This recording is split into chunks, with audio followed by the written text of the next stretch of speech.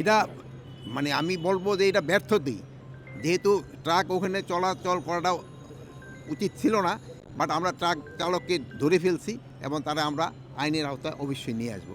আরেকটা জিনিস হলো যে আগুনের নিবারণে কোনটা কতক্ষণ লাগবে এটা তো আমরা এইভাবে বলতে পারবো না, আগুনের উপরে নির্ভর করে এবং এবং এই যে ফায়ার ফাইটার যে গাড়িগুলি যাওয়া এগুলির উপর অনেক সময় নির্ভর করে, পানি সরবরাহের উপরে নির্ভর করে, প্লাস অনেক সময় অনেক প্রতিবন্ধকতা থাকে ওইগুলির উপর নির্ভর করে।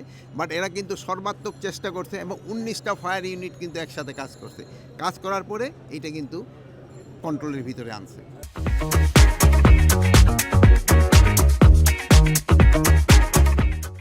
সূত্রপাতটা কীভাবে হয়েছে, আমরা একটা হাই পাওয়ার তদন্ত কমিটি করে দিছি।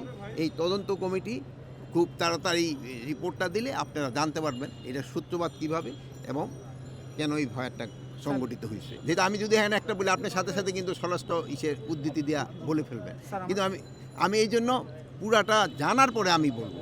আর প্লাস এখানে ধরেন এক্সপার্ট ওপিনিয়নও দরকার হবে, এখানে কিন্তু আমরা এক্সপার্টও রাখছি, এখানে এক্সপার্ট ওপিনিয়নও দরকার হবে। আমরা তো ইন জেনারেল আমরা চোখে দেখতেছি, কিন্তু এক্সপার্ট ওপিনিয়নের দরকার হবে। অ্যাকচুয়াল কীভাবে ঘটলো এটা আমরা অবশ্যই আপনাদের জানাবো। সিসি ক্যামেরাগুলো কি সচল ছিল কিনা, যত এইগুলি সব কিছুই দেখা হচ্ছে, মানে সবকটা তো আর সচল ছিল না, 2-4টা তো হয়তো সচল পাওয়া যাবে, কিন্তু এরা তো কাজ করছে। আপনি ধরেন যে সেই সময় তো যেসব কাজ করে সেই সময় তো এইগুলি অত আগে হলো আগুনটা নিভানো হলো মেইন, সেই সময় সিসি ক্যামেরাটা কাজ করে কি করে না ওইটার দিকে আর খেয়াল তো রাখা হয় না, এই দিকে তো খেয়াল রাখবে। আমি এই বিচার তো অবশ্যই হবে। আমার একটা কর্মী মারা গেল এটা আমার একটা ব্যর্থতা না, এটা আমি শোকাহত না।